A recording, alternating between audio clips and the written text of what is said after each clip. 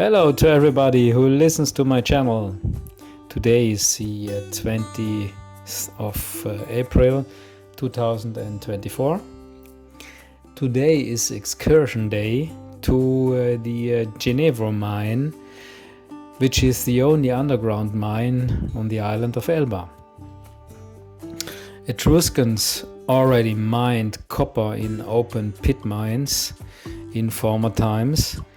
The rock was too hard for the Etruscans to mine in tunnels. Later, iron ores such as magnetite, hematite, limonite and pyrite were mined. The iron content of magnetite in Ginevra is about 70%. After the Second World War, the ore was extracted through underground mining. In 1981, the Ginevra mine was terminated due to lower prices from South American and African open pit iron ore mines. The Ginevra mine is the largest iron ore mine in Europe. The crushed magnetite was pulled to the surface by an elevator and transported by the conveyor belt to the separation plant. There, the ore was further separated from the remaining rock. Our jeep is parked on these separation pieces, these rest stones. This bay in which we are here now was filled up by these separation pieces.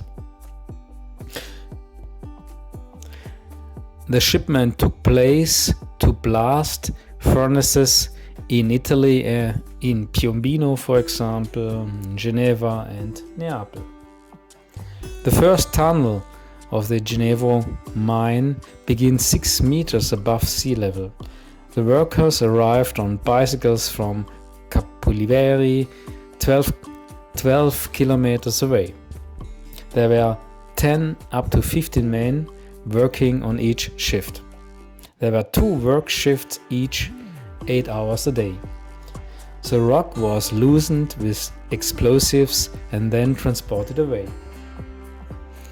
Later the ore was extracted from veins down to 54 meters below sea level. So we have 3 tunnels in total, 6 meters above sea level, 54 meters below sea level and 1 between 24 meters below sea level. From the 1960s onwards, the rock was brought to the surface using an elevator. Previously, the depth had to be reached via a sloping tunnel. The carts in this tunnel were pulled up with a winch. The compressed air pipes from the drilling machines still can be seen at the tunnel wall. The workers could take their 30-minute break in the canteen. There was soup with eggs and chicken. During poorer times, just beans and peas. Sometimes fish and fruits. Wine was always available with the meal. In the 1960s also headlamps with batteries were introduced, produced from German production. There was lots of dust in the tunnels. For blasting, 1 meter deep holes were drilled with a hammer drill in the stone. Carts drove away the rock. The rock is very hard. No wooden planks were necessary to support the tunnels because the rock is so hard. It's a so-called self-supporting construction. The compressed air drill had diamond drill cones with water cooling. It's very easily to imagine that all workers had silicosis, a disease within the lungs. But only 1 man was killed directly on the job over these times. life expectancy was corresponding low.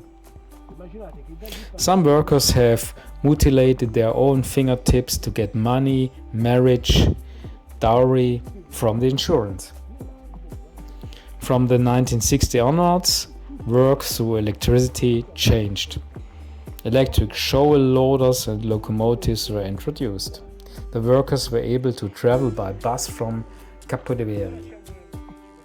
There were ventilation shafts and escape shafts between the tunnels. At the end of the tunnel there's a northern and southern hole as an iron ore deposit. All sticks end here. The lift transported the rock upwards at 4 meters per second. So the mine was closed in 1981. Today bats also live in the shafts, and tourism has improved life after the mining area. So